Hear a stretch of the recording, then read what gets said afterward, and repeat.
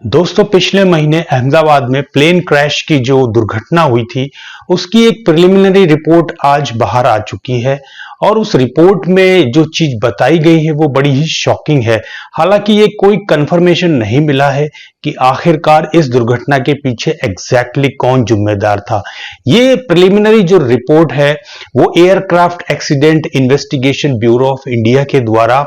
पेश की गई है और इस रिपोर्ट में यह बताया गया था कि फ्लाइट के टेक ऑफ के बाद जस्ट जो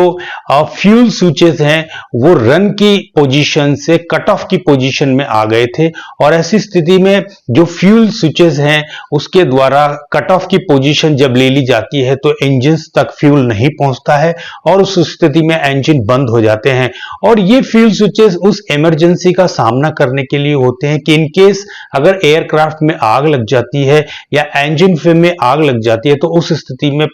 फ्यूल सप्लाई को कट करके एयरक्राफ्ट को बचाया जा सकता है। अब अहमदाबाद के जो बोइंग 787 ड्रीमलाइनर के साथ हुआ वो बड़ा ही शॉकिंग है, क्योंकि हम फ्लाइट के कॉकपिट वॉइस रिकॉर्डर में ये सुन सकते हैं कि एक पायलट दूसरे पायलट से ये पूछ रहा है कि तुमने आखिर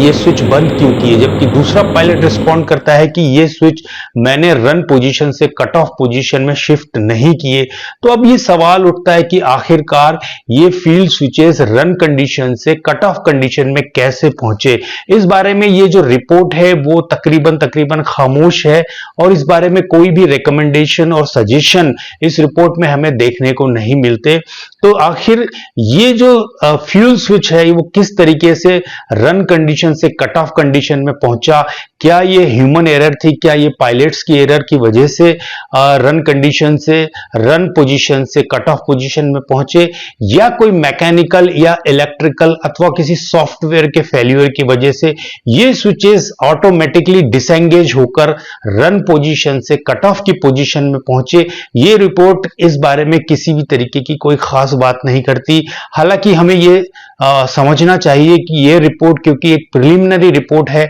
और हमें एक डिटेल रिपोर्ट का इंतजार करना चाहिए जिसमें शायद इस बात का खुलासा हो कि आखिरकार ये फ्यूल स्विचेस किस तरीके से रन कंडीशन से रन पोजीशन से कट ऑफ की पोजीशन में पहुंचे। अब ये बात प्रिलिमिनरी इन रिपोर्ट में बिल्कुल साफ हो चुकी है कि प्लेन क्रैश के पीछे इंजन तक फ्यूल ना पहुंचना यही एक प्रमुख कारण था और इसी की वजह से ये प्लेन क्रैश हुआ। और क्योंकि स्टार्टिंग में जब प्लेन टेक ऑफ करता है तो इसका मतलब ये था कि इंजन तक फ्यूल जा रहा था, लेकिन टेक ऑफ करने के कुछ ही क्षण बाद हम देखते हैं कि वीडियो क्लिपिंग्स में कि रैट जो कि इमरजेंसी पावर सप्लायर होता है और वो इस केस में ऑटोमेटिकली डिप्लॉय हो जाता है जब इंजन अपना पावर लॉस कर रहे हो या सफिशिएंट इलेक्ट्रिकल पावर जनरेट नहीं कर पा रहे हो, तो वो खास तौर से साफ तौर पे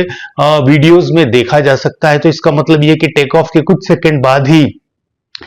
फ्यूल सप्लाई जो है इंजन तक पहुंचना बंद हो गई थी और इंजन का थ्रस्ट और पावर कम होने लगा था। हालांकि बाद में स्विचेस को रन पोजीशन में शिफ्ट किया गया, लेकिन तब तक शायद देर हो चुकी थी और फ्लाइट जो है एयरक्राफ्ट अपना एल्टीट्यूड खो चुका था और उसके पास इतना समय नहीं था कि वो वापस इंजन स्टार्ट होकर और वापस टेक ऑफ ऊपर की ओर जा पाए। और ऐसी स्थिति में ये एक हमें दुर्घटना देखने को मिली जो कि निश्चित रूप से एक एविएशन के हिस्ट्री में अपने आप में एक दुखद घटना के रूप में दर्ज हो चुकी है। तो यहां पर प्रिलिमिनरी रिपोर्ट में बिल्कुल क्लियर कट फ्यूल स्विचेस की गड़बड़ी, उसकी पोजीशन का डिसएंगेज होना साफ तौर पर निकल कर आ चुका है। अब ये फ्यूल स्विचेस क्या किसी ह्यूमन एरर यानी कि पायलट की गलती की वजह से हुए अथवा किसी सॉफ्टवेयर की गलती से, या कोई स्प्रिंग का मैकेनिकल फेल्यूर था या कोई इलेक्ट्रिकल गड़बड़ी थी, ये जो सारा विषय है जब तक ये क्लियर नहीं होगा तब तक शायद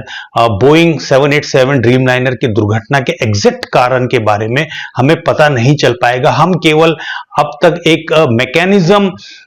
पता कर चुके हैं इस रिपोर्ट के माध्यम से कि आखिरकार ये दुर्घटना क्यों हुई, लेकिन एग्जैक्टली इसके पीछे क्या ऐसे कारण रहे, क्या कोई मैकेनिकल फेल्यूर था, ये सब चीजें एक डिटेल रिपोर्ट का हमें इंतजार करना होगा। और निश्चित रूप से उम्मीद करते हैं कि आगे इस तरह की दुर्घटनाएं इस दुर्घटना से सबक लेते हुए ना हो।